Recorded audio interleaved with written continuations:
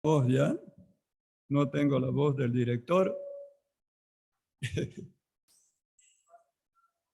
Bueno, gracias. Okay. Y gracias, hermano Gabriel, por esta excelente dirección, estrenándose él en la dirección de domingo. Y lindos himnos que hemos cantado, ¿verdad? Toditos muy propios, como dice, como anillo al dedo. Y gracias al Señor estamos acá retornando de un buen tiempo de ausencia, de no usar nuestro hermoso local. Y tenemos visitas en esta mañana, sí o no. Por lo menos tenemos una. Aquí está la señora Roxala con su bebecito. Y bienvenido, bienvenida. ¿Ya? La señora Roxana, bienvenida. Vamos a orar pidiendo la bendición del Señor. Padre bendito, Señor, te damos gracias porque estamos contentos y felices habiendo conocido a nuestro bendito Redentor y Salvador, el Señor Jesucristo, ya por varios años, Señor. La mayoría, si no todos, los presentes, un día, un momento dado, hemos escuchado de Él y hemos decidido conocerlo, recibirlo en nuestro corazón y andar con Él. Señor, es así que estamos nosotros en esta mañana, prestos para escuchar tu voz, para que tú nos enseñes tu palabra, guíeme con tu Santo Espíritu y dame la buena voz que la necesito en este momento, Padre. Así te lo pedimos todo, te damos gracias, en el nombre del Señor Jesús. Amén. ¿Me escuchan? Ya. Entonces, hemos empezado una serie de estudios sobre la segunda persona de la Trinidad del Señor Jesucristo. Jesús, el hermano Freddy, el domingo antepasado, nos enseñó sobre la preencarnación del Señor Jesucristo, o sea, su existencia eterna en el cielo, juntamente con el Padre y el Espíritu Santo. El domingo pasado, nuestro hermano Carlos Aparicio nos trajo un hermoso mensaje también sobre la encarnación del Señor, cuando el Verbo se hizo carne y habitó entre nosotros. Y ahora a mí, este tercer domingo, en esta serie, Conociendo a Jesús, se denomina esta serie, Conociendo a Jesús, me toca exponer sobre el ministerio público del Señor. ¿Ya? Y hemos orado para que el Señor nos bendiga. Y el mensaje, como dije, su tema general es Conociendo a Jesús. Su tema en particular de este mensaje es el ministerio de Jesús sobre la tierra, su ministerio público. ¿Ya? Y abramos la palabra en el Evangelio de Juan, el capítulo 17 y el verso 3. Juan 17:3, el Señor está orando a su Padre momentos antes de ser aprehendido y llevado preso para ser juzgado y muerto en la cruz del Calvario. Entre muchas cosas hermosas que el Señor dice en su oración, dice esta.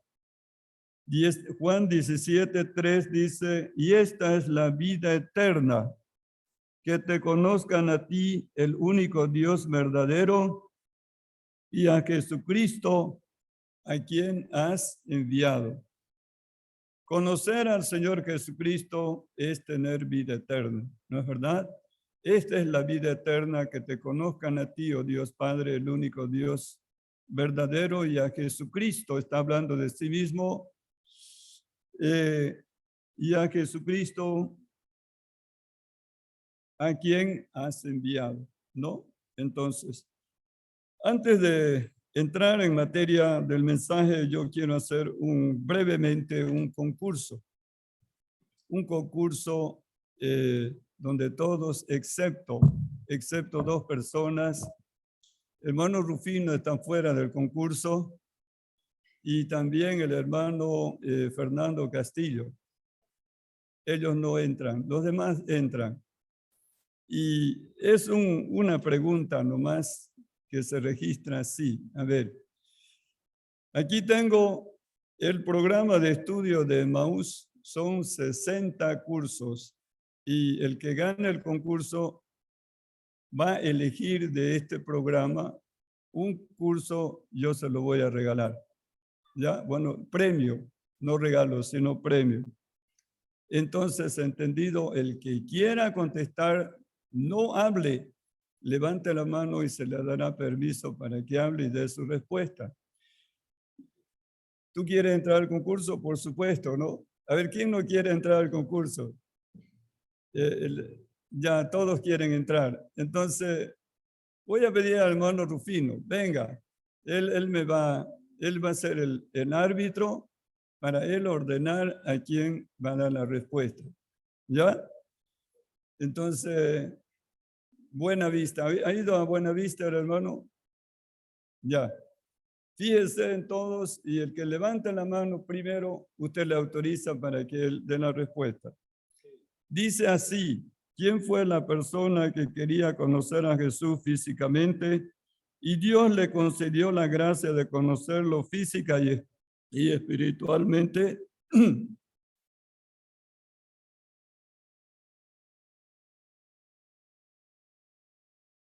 Hermano Ever dice, ¿no? Ever. Fátima levanta.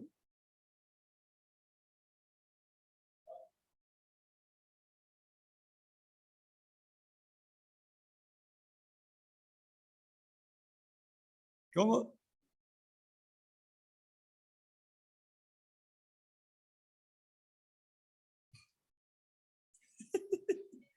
Linda. ¿Ah? No puede ser. Me lo quedo el libro para mí, porque yo tengo la respuesta. Empieza con una pista. Empieza su nombre con Z.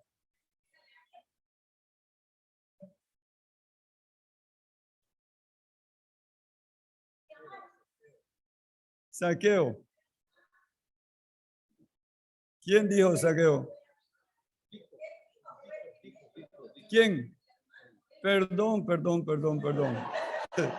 Ya, entonces, perdón.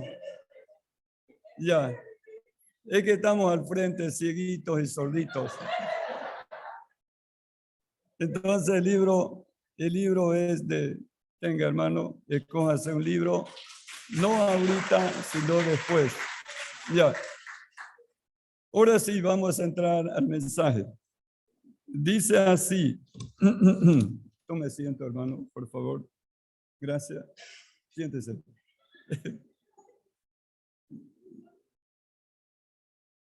El Señor Jesucristo tuvo una vida física de 33 años. 33 años. Su ministerio público fue de 3 años y medio. Hasta sus 30 años vivió en el anonimato. Nació en Belén, vivió en Nazaret, empezó su ministerio en Capernaum y murió en Jerusalén. El punto de partida de Jesús para iniciar su ministerio fue la declaración de Juan el Bautista, que se registra en Juan capítulo 1, versículos 28 y 29. Vamos a dar lectura a estos 2 versículos. Juan 1, 28 y 29. Dice, estas cosas sucedieron en Betábara, al otro lado del Jordán, donde Juan estaba bautizando. El siguiente día vio Juan a Jesús que venía a él y dijo: He aquí el Cordero de Dios que quita el pecado del mundo. Esta fue una tremenda declaración de Juan el Bautista al mirarlo y apuntarlo públicamente, identificándolo como el Cordero de Dios que había venido, el Cordero de Dios que quita el pecado del mundo. Bien. Su primer acto del Señor Jesús fue su bautismo. Fue su bautismo. Y esto lo encontramos en Mateo capítulo 3, versículos 13 al 17. Mateo capítulo 3, versículo 13 hasta el 17 dice: Entonces Jesús vino de Galilea hasta Juan el Jordán para ser bautizado por él. Mas Juan se le oponía diciendo: Yo necesito ser bautizado por ti y tú vienes a mí. Pero Jesús le respondió: Deja ahora, porque así conviene que cumplamos toda justicia. Entonces le dejó. Y Jesús, después que fue bautizado, subió luego del agua, y aquí los cielos le fueron abiertos, y vio al Espíritu de Dios que descendía como paloma y venía sobre él. Y hubo una voz de los cielos que decía: Este es mi Hijo amado, en quien tengo complacencia. Entonces vemos acá el primer acto público del Señor Jesucristo, su bautismo en el río Jordán y por Juan el Bautista. Juan el Bautista no quería bautizarlo porque se sentía completamente inepto, porque Juan le decía: Yo necesito que tú me bautices, no que yo a ti. Pero el Señor dijo: Deja que cumplamos toda justicia. Entonces, qué importante es el bautismo. No para salvación, sino porque somos salvos. Entonces, el Señor fue bautizado, fue su primer acto público. Su último mandato que él dio fue el bautismo. Su primer acto fue bautizarse y su último mandato fue que se bautizaran sus seguidores. Y esto está contenido en lo que nosotros llamamos la Gran Comisión del Señor. En Mateo capítulo 28, versículo 18 al 20, ¿qué dice? Por tanto, a ver, vamos a leerlo para no equivocarnos. Mateo 28, 18 al 20. El Señor dijo ya lo último, el último encargo, dice así: Y Jesús se acercó y les habló diciendo: Toda potestad me es dada en el cielo y en la tierra. Por tanto, id y haced discípulos a todas las naciones, bautizándolos en el nombre del Padre y del Hijo y del Espíritu Santo, enseñándoles que guarden todas las cosas que os he mandado. Y aquí yo estoy con vosotros todos los días hasta el fin del mundo. Amén. Y entonces vemos acá, bautizándolos en el nombre del Trino Dios, del Padre, del Hijo y del Espíritu Santo. El último encargo del Señor, el bautismo, hacer discípulos de Él. La primera prueba de fuego de Jesús fue la tentación por parte de Satanás. Y esto lo encontramos en el Evangelio de Mateo capítulo 4, versículos 1 al 11. Vamos a leer esta porción. Mateo capítulo 4, versículos 1 al 11.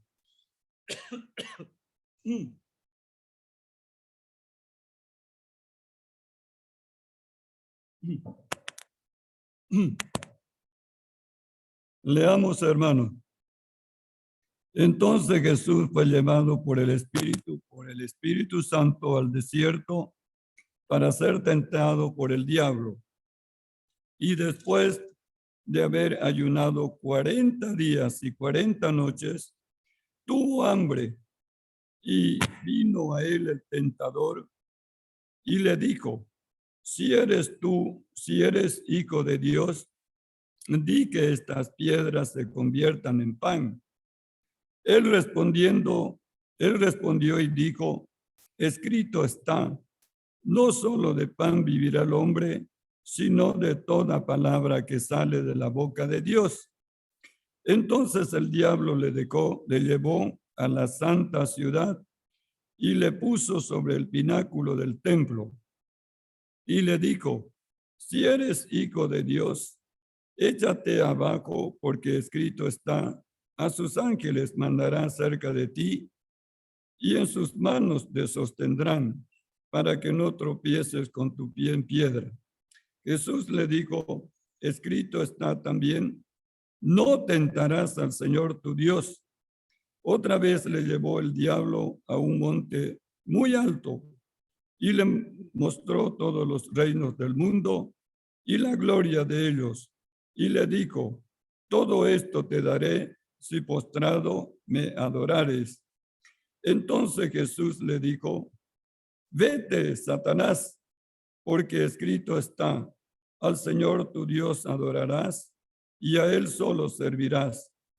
El diablo entonces le dejó, y aquí vinieron los ángeles y le servían. Entonces esta fue la primera prueba de fuego del Señor.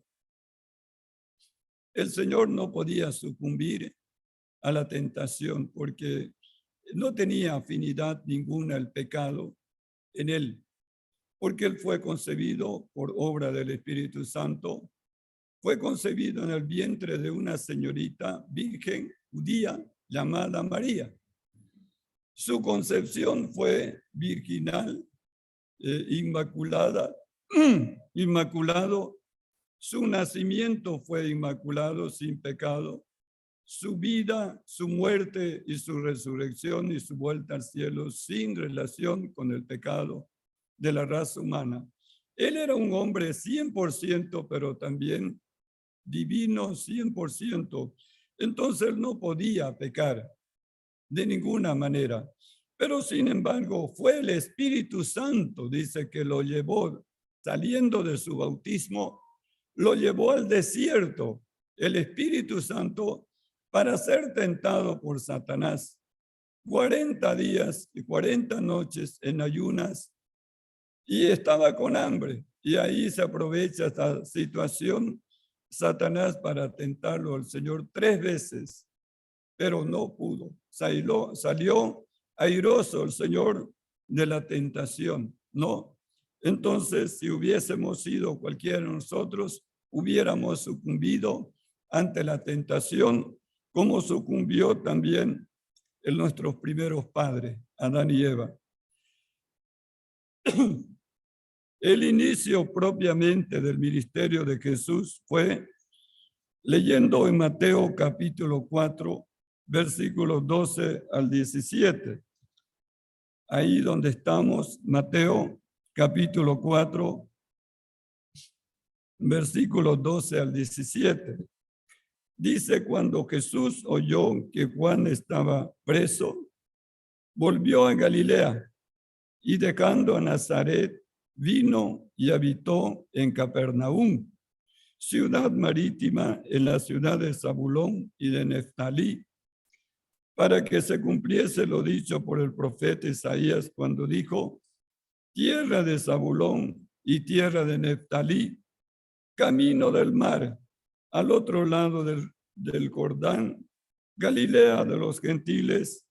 El pueblo asentado en tinieblas vio gran luz, y los asentados en región de sombra de muerte, luz les resplandeció. Desde entonces comenzó Jesús a predicar y a decir: arrepentíos, porque el reino de los cielos se ha acercado. Este fue su inicio del Señor, activamente su ministerio público, predicando la palabra de Dios. Y entonces en Capernaum empezó el Señor su ministerio. Podemos preguntarnos en este momento, ¿a qué vino Jesús del cielo a la tierra? ¿Cuál fue su objetivo principal? Vamos a leer 3 citas que nos dan la contestación a esta pregunta. ¿A qué vino Jesús del cielo a la tierra? Vamos a leer en Lucas, el capítulo 4, versículo 16 al 22. Lucas, capítulo 4, versículos 16 al 22. Este pasaje fue escrito por el profeta Isaías con muchos años de anticipación, pero se cumplió en este día por el lector, que en este caso fue el Señor Jesucristo, en la sinagoga. Lucas capítulo 4, versículos 16 al 22, dice así la palabra. Vino a Nazaret, donde se había criado, y en el día de reposo entró en la sinagoga conforme a su costumbre y se levantó a leer. Y se le dio el libro del profeta Isaías. Ahí está, profeta Isaías. Y habiendo abierto el libro, halló el lugar donde estaba escrito: el Espíritu del Señor está sobre mí, por cuanto me ha ungido para dar buenas nuevas a los pobres. Me ha enviado a sanar a los quebrantados de corazón, a pregonar libertad a los cautivos y vista a los ciegos, a poner en libertad a los oprimidos, a predicar el año agradable del Señor. Y enrollando el libro, lo dio al ministro y se sentó, y los ojos de todos en la sinagoga estaban fijos en él. Y comenzó a decirles: hoy se ha cumplido esta escritura delante de vosotros. Y todos daban buen testimonio de él, y así, y estaban maravillados de las palabras de gracia que salían de su boca, y decían: ¿no es este el hijo de José? Entonces, tenemos acá la respuesta a nuestra pregunta: ¿a qué vino Jesús del cielo a la tierra? Versículo 18 dice: el Espíritu del Señor, el Espíritu Santo está sobre mí. ¿Quién estaba leyendo esta porción? El Señor. Por cuanto me ha ungido, dice, para dar buenas nuevas a los pobres, me ha enviado a sanar a los quebrantados de corazón, a pregonar libertad a los cautivos y vista a los ciegos, a poner en libertad a los oprimidos y a predicar el año agradable del Señor. A esto vino Jesús del cielo a la tierra. Qué hermoso, ¿no? A favorecernos a nosotros que estábamos sumidos en el pecado y en la maldad. Nos vino a favorecer. También podemos leer en Lucas el capítulo 19 y el versículo 10. Lucas 19, 10. Está el Señor Jesucristo en casa de Zaqueo, y mediante la conversión de Zaqueo, él dijo estas palabras respecto de sí mismo. Dice Lucas 19, 10, porque el Hijo del Hombre vino a buscar y a salvar lo que se había perdido. ¿Quién es el Hijo del Hombre? El Señor Jesucristo. El Hijo con mayúscula, hombre con mayúscula, el Señor. El Hijo del Hombre vino desde el cielo a la tierra a buscar y a salvar todo lo que se había perdido. Y ahí estábamos nosotros, toda la humanidad perdida y el Señor vino a buscar y a salvar a toda la humanidad. Es verdad que no toda la humanidad será salva, ¿verdad? La gran mayoría se perderá, pero no será causa o por culpa del Señor, porque Él vino a favorecer a toda la humanidad, muriendo en la cruz del Calvario. Una cita más contestando a nuestra pregunta, ¿a qué vino Jesús del cielo a la tierra? La encontramos por el apóstol Pablo en Primera de Timoteo capítulo 1 y el versículo 15. Primera Timoteo capítulo 1 y el versículo 15, que dice así: palabra fiel y digna de ser recibida por todos, que Cristo Jesús vino al mundo para salvar a quienes, a los pecadores. Y el apóstol Pablo dice, de los cuales yo soy el primero.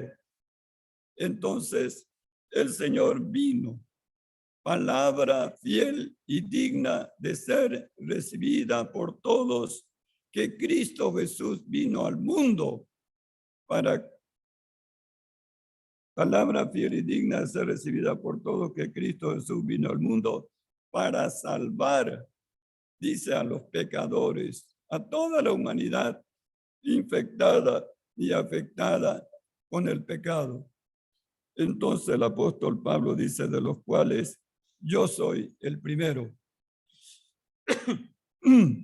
El Señor Jesús, durante sus 3 años y medio de ministerio, resucitó a 3 personas. ¿Cuáles son? Una niña de 12 años, la hija de Cairo, ¿verdad? Estaba muerta. Y el Señor le dice, Talita Cumi, niña, a ti te digo, levántate. ¿Y qué pasó? Resucitó.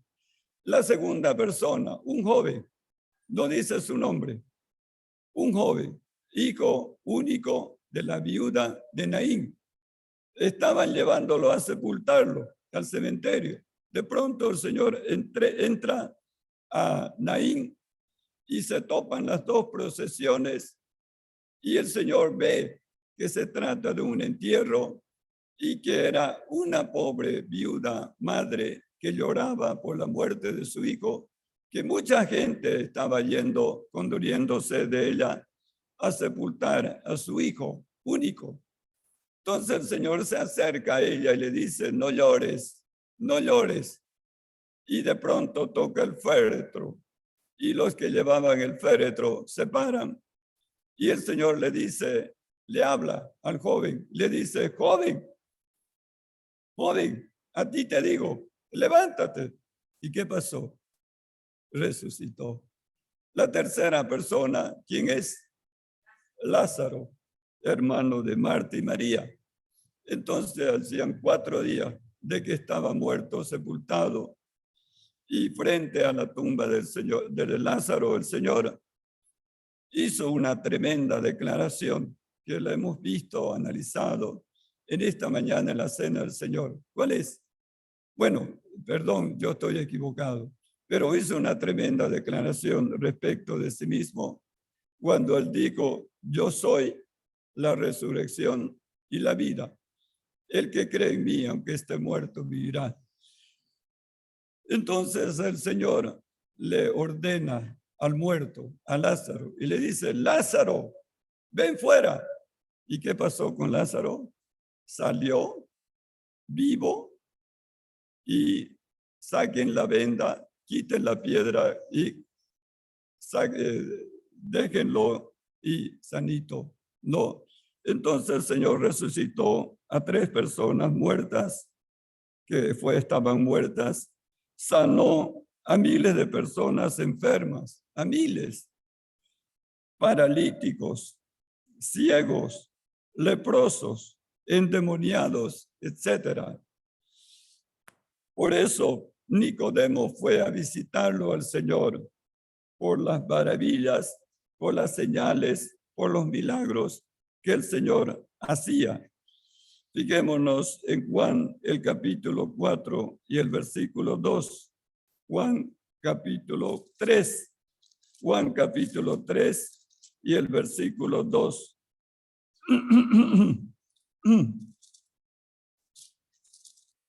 Dice así, desde el versículo 1, había un hombre de los fariseos que se llamaba Nicodemo, un principal entre los judíos. Este vino a Jesús de noche y le dijo: Rabí, sabemos que has venido de Dios como maestro, porque nadie puede hacer estas señales que tú haces si no está Dios con él. Entonces, aquí vemos a Nicodemo, un personaje, un maestro de Israel, de la secta de los fariseos, que fue motivado para entrevistar al Señor Jesús de noche, y la salutación el saludo de Nicodemo al Señor, le dicen: Rabí, maestro, sabemos que tú has venido de Dios como maestro, porque nadie puede hacer las señales, los milagros que tú haces si no está Dios con él. Entonces, los milagros del Señor, su fama se extendía, y por eso Nicodemo fue a entrevistar, y resultó salvo Nicodemo por la plática que tuvo con el Señor Jesucristo aquella noche memorable.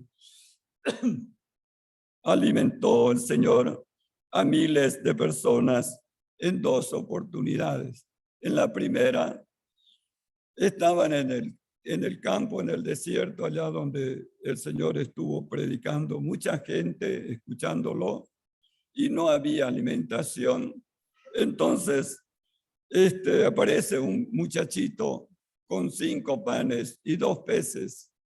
Entonces, dice aquí hay un muchacho que tiene su ración, pero es para él. Pero entonces el Señor hizo la multiplicación de estos 5 panes y 2 peces para alimentar a cuántos hombres, sin contar mujeres y niños, a cuántos 5,000. En la segunda oportunidad, también una situación muy semejante. También el Señor hizo la multiplicación de 7 pancitos para alimentar 4,000 hombres. Entonces, ¿acaso esto no es milagro? Favoreciendo el Señor siempre a las personas en sus necesidades, tanto físicas como espirituales.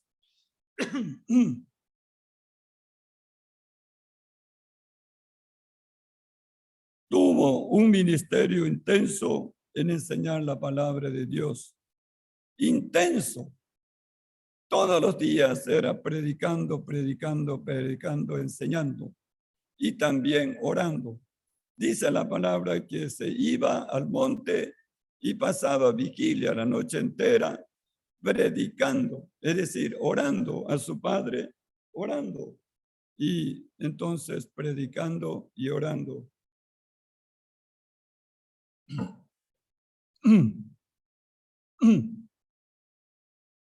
Calmó la tempestad en el mar de Galilea con tan solamente ordenar.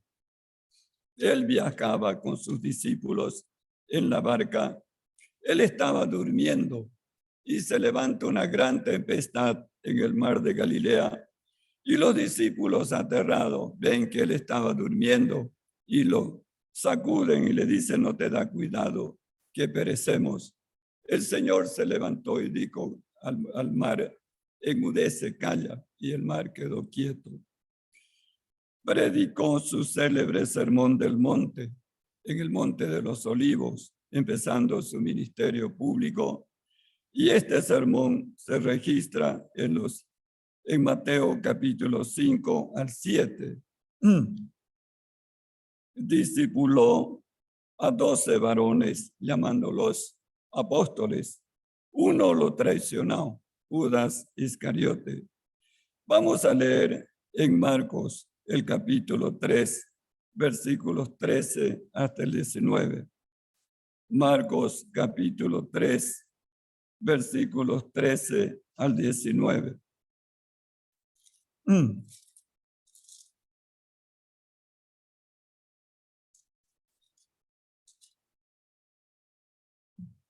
Ya, leamos entonces. Después subió al monte y llamó así a los que él quiso y vinieron a él y estableció a 12 para que estuviesen con él y para enviarlos a predicar y que tuviesen autoridad para sanar enfermedades y para echar fuera demonios. A Simón, a quien puso por sobrenombre Pedro, a Jacobo, hijo de Zebedeo, y a Juan, hermano de Jacobo, a quienes apellidó Boanerges, esto es, hijos del trueno, Andrés, Felipe, Bartolomé, Mateo, Tomás, Jacobo, hijo de Alfeo, Tadeo, Simón el cananista, y Judas Iscariote, el que le entregó, y vinieron a casa. Entonces, el Señor preparó durante su ministerio público a 12 varones, llamándolos apóstoles, entre ellos un pseudo, una persona, Judas Iscariote, que lo traicionó. Entonces, por eso tenemos las cartas apostólicas, ¿verdad? Escritas por Juan, Pedro y otros, también el apóstol Pablo, y preparándolos para que ellos, cuando el Señor no esté, ellos continúen la misma enseñanza que aprendieron de él. Entonces dice acá el versículo 13 y 14, después subió al monte y llamó así a los que él quiso y vinieron a él y estableció a 12 para que estuviesen con él y para enviarlos a predicar, que estuviesen con él y enviarlos a predicar. Este realmente es un verdadero discipulado. El Señor discipuló a estos 12 varones. Uno le falló. Dice, y que tuviesen autoridad para sanar enfermedades y para echar demonios. Entonces vemos acá su vida familiar. María, su madre biológica virgen. José, su padre, padrastro de profesión carpintero. Tuvo 4 hermanos varones y varias hermanas por vínculo materno. Esto lo encontramos en Mateo, el capítulo 13, versículos 53 hasta el 58. Mateo, capítulo 13, versículos 53 hasta el 58.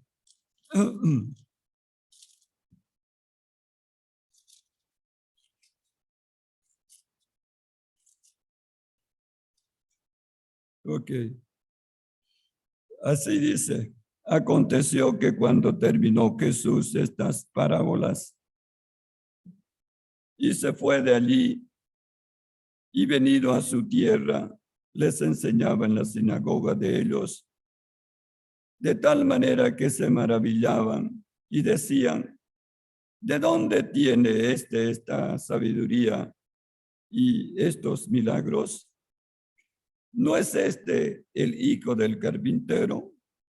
¿No se llama su madre María y sus hermanos Jacobo? Ahí están los nombres. Jacobo, José, Simón y Judas. No están todas sus hermanas, no las menciona, pero habla en plural. No están todas sus hermanas con nosotros. ¿De dónde pues tiene todas estas cosas? Y se escandalizaban de él. Pero Jesús les dijo, no hay profeta sin honra, sino en su propia tierra y en su casa. Y no hizo allí muchos milagros a causa de la incredulidad de ellos. Entonces vemos, hermanos, su vínculo familiar. Sus familiares, una madre virgen biológica, María, una jovencita judía, un padrastro José, no su padre padrastro, y sus hermanos, no, hermanos y hermanas. Su forma de predicar del Señor, su forma predilecta era enseñar mediante parábolas, ¿no? En este capítulo 13 de Mateo están acá 7 parábolas del reino. La parábola del sembrador, la parábola del trigo y la cizaña, de la semilla de mostaza, de la levadura, de el tesoro escondido, de la perla de gran precio. Son 7 parábolas en total. La parábola del buen samaritano, la parábola del hijo pródigo, la parábola de la oveja perdida, de la moneda perdida, y siempre el Señor enseñando su forma predilecta mediante parábolas, ¿no? Entonces, ahí se cumplió el ministerio del Señor, su ministerio público de 3 años y medio, favoreciendo a las personas, a miles de personas, predicando, enseñando la palabra de Dios en forma intensa y orando también, encomendando su ministerio en las manos de su Padre, quien lo había enviado a este mundo. Qué desafío para nosotros la vida del Señor, su ministerio público, su vida de 33 años en este mundo, ¿verdad? Entonces, el Evangelio de Juan relata los 7 yo soy de Jesús. En este Evangelio están las 7 declaraciones del Señor Jesucristo respecto de sí mismo. Podemos ver en Juan el capítulo 6, versículo 35, el primer gran yo soy que dijo el Señor respecto de sí mismo. Juan capítulo 6, versículo 35.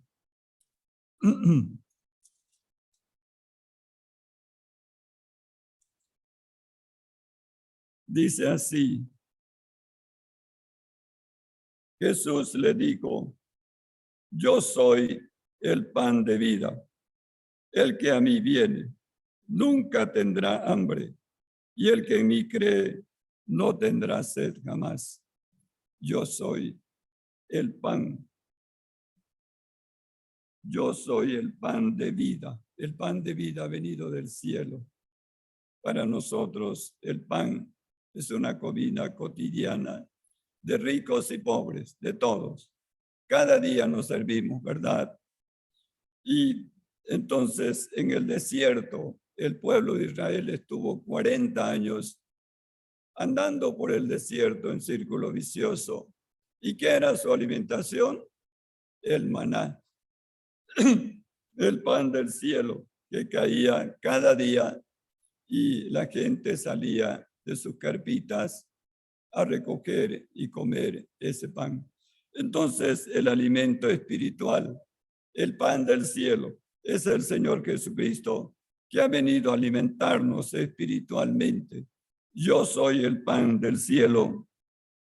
Dice acá, yo soy el pan de vida. El que en mí, el que a mí viene, nunca tendrá hambre. Y el que en mí cree, no tendrá sed jamás. Entonces Él es el pan del cielo, el pan de vida, que nosotros los creyentes hemos gustado de Él. El segundo yo soy lo encontramos en Juan el capítulo 8 y el versículo 12. Juan 8:12. Hemos visto este versículo en la cena del Señor. ¿Qué dice? El Señor dijo, yo soy la luz del mundo. El que me sigue no andará en tinieblas, sino que tendrá la luz de la vida. Yo soy la luz del mundo. El Señor vino a traer luz, a iluminar este mundo oscuro. Y entonces nos ha iluminado a nosotros los creyentes. Tristemente, muchas personas en el mundo están viviendo en la lobreguez, en la oscuridad, en las tinieblas. ¿Por qué? Porque no ha visto la luz del mundo del Señor Jesucristo. Yo soy la luz del mundo. El que me sigue no andará en tinieblas, sino que tendrá la luz de la vida. El tercer yo soy lo encontramos en capítulo 10, versículo 9 del Evangelio de Juan. Juan 10, 9. Dice así: yo soy la puerta. El que por mí entrare será salvo, y entrará y saldrá y hallará pastos. Entonces, el Señor es la puerta. La puerta.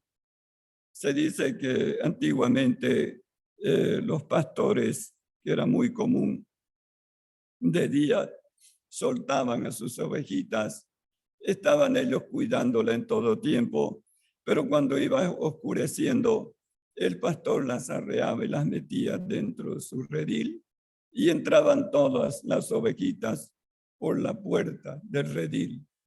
Entonces, esa figura toma donde el Señor dijo: yo soy la puerta del redil. El que por mí entrare será salvo, salvo de las fieras, ¿verdad? ¿Y quién se echaba en la puerta de ingreso? Era el pastor. Entonces, el Señor estaba ahí. Yo soy la puerta. El arca de Noé tuvo una puerta, una sola puerta donde ingresaron todos los animales en pareja, y también entraron 8 personas, Noé, su esposa, sus 3 hijos con sus 3 esposas de ellos.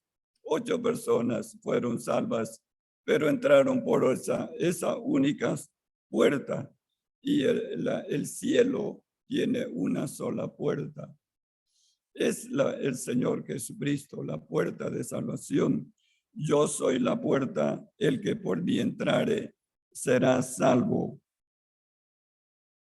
Y entrará y saldrá y hallará pastos, ¿no? Entonces, la cuarta, el cuarto yo soy, se registra en Juan 10, 11, capítulo 10, versículo 11, que dice: yo soy el buen pastor. El buen pastor su vida da por las ovejas. El Señor Jesucristo ha dado su vida por las ovejas, por todos nosotros, por toda la humanidad.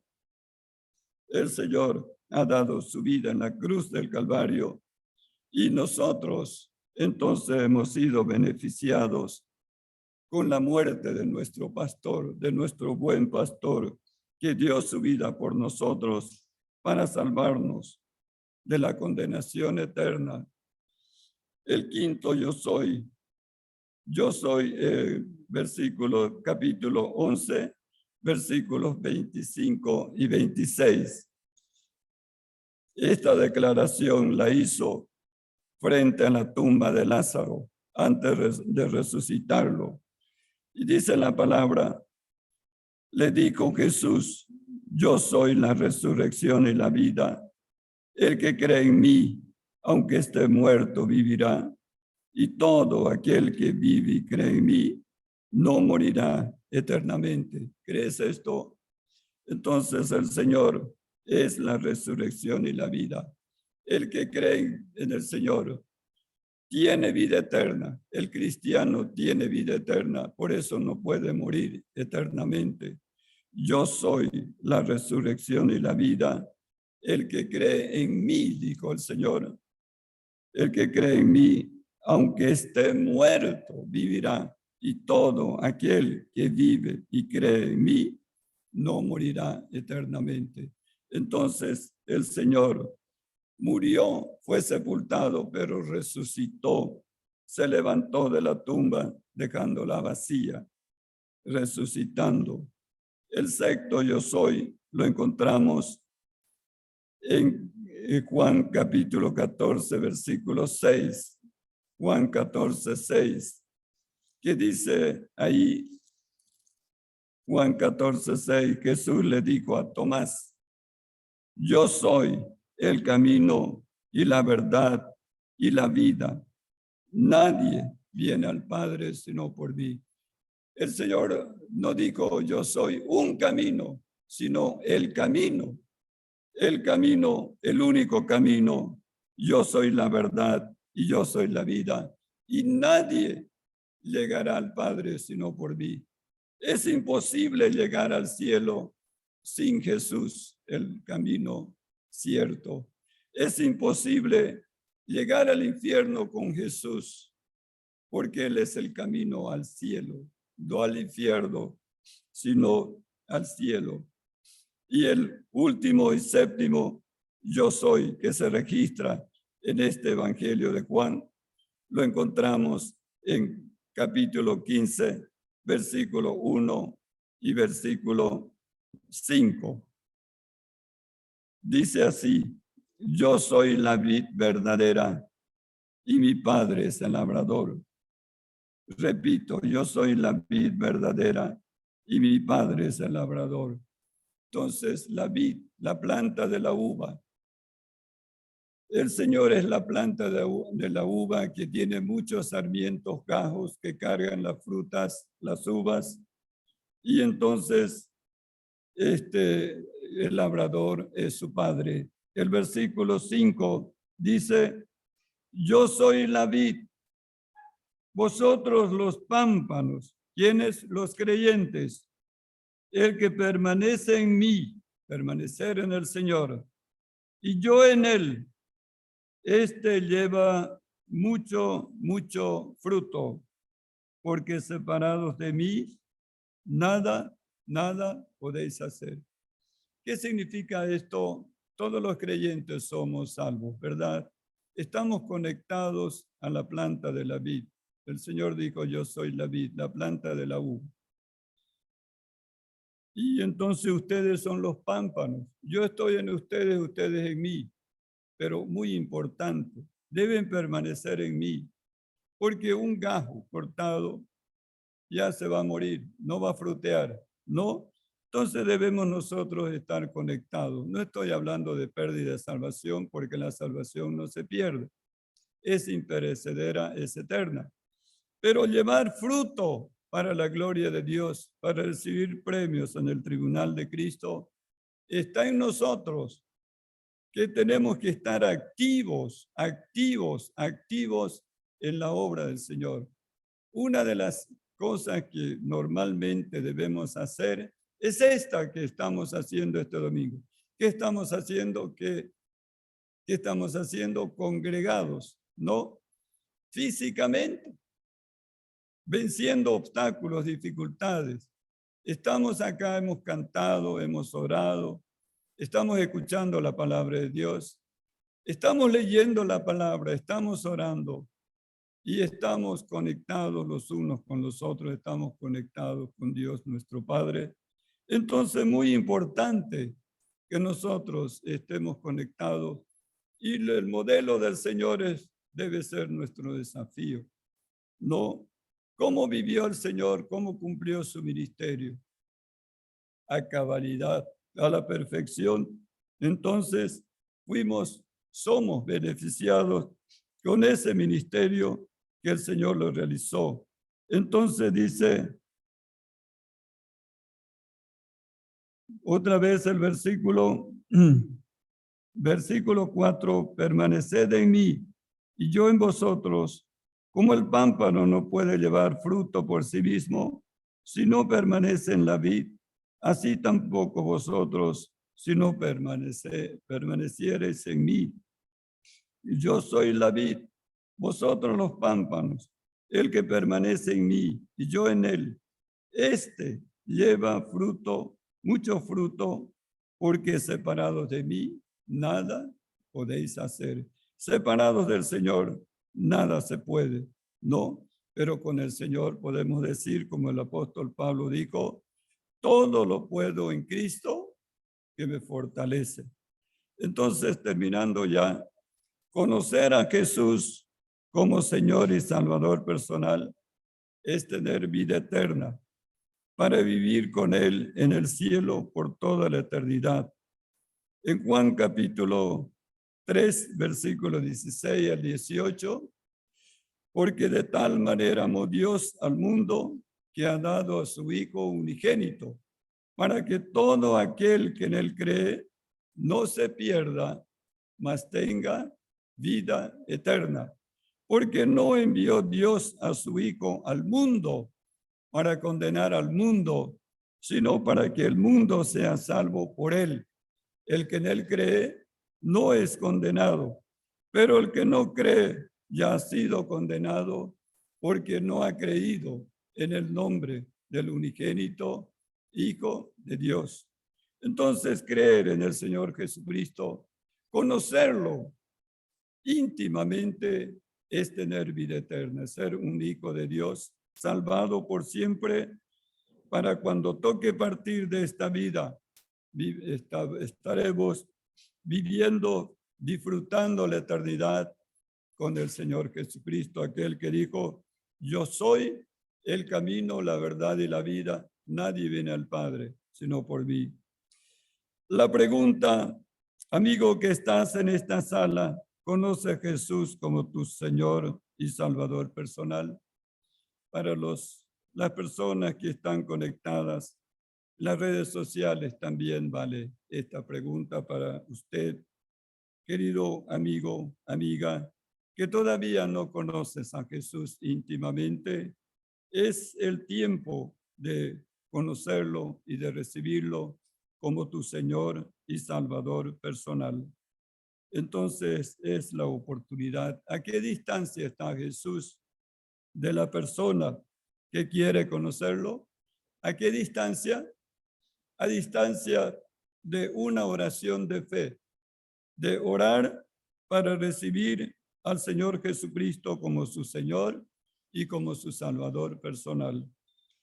¿Cuántos de los presentes quieren conocerle hoy a Jesús? ¿Hay aquí alguna persona que no conoce a Jesús y quiere conocerlo en base a la palabra de Dios, lo que hemos leído? Es su oportunidad. Reciba a Cristo y salvo será. Entonces, que Dios bendiga su santa palabra en nuestros corazones. Vamos a orar pidiendo la bendición del Señor. Padre Celestial, te damos gracias por tu palabra. Señor, que el Señor Jesucristo vino al mundo para salvarnos de nuestros pecados. Lo que dijo el apóstol Pablo, palabra fiel y digna de ser recibida por todos, que Cristo Jesús vino al mundo para salvar a los pecadores, de los cuales yo soy el primero. Todos nosotros somos pecadores. Gracias que aquí, Señor, los que estamos en esta sala, físicamente hemos recibido al Señor Jesucristo, le conocemos a Él y seguimos conociéndolo a Él y seguimos conectados a la vid, Señor, para llevar mucho fruto conectados con Él. Bendice tu palabra, bendice a los que no te conocen, que en esta mañana puedan conocer al Señor Jesucristo, aquel que dio su vida por nosotros en la cruz del Calvario y resucitó para nuestra justificación. Pedimos esto, te damos gracias en el nombre del Señor Jesús. Amén. Voy a pedir en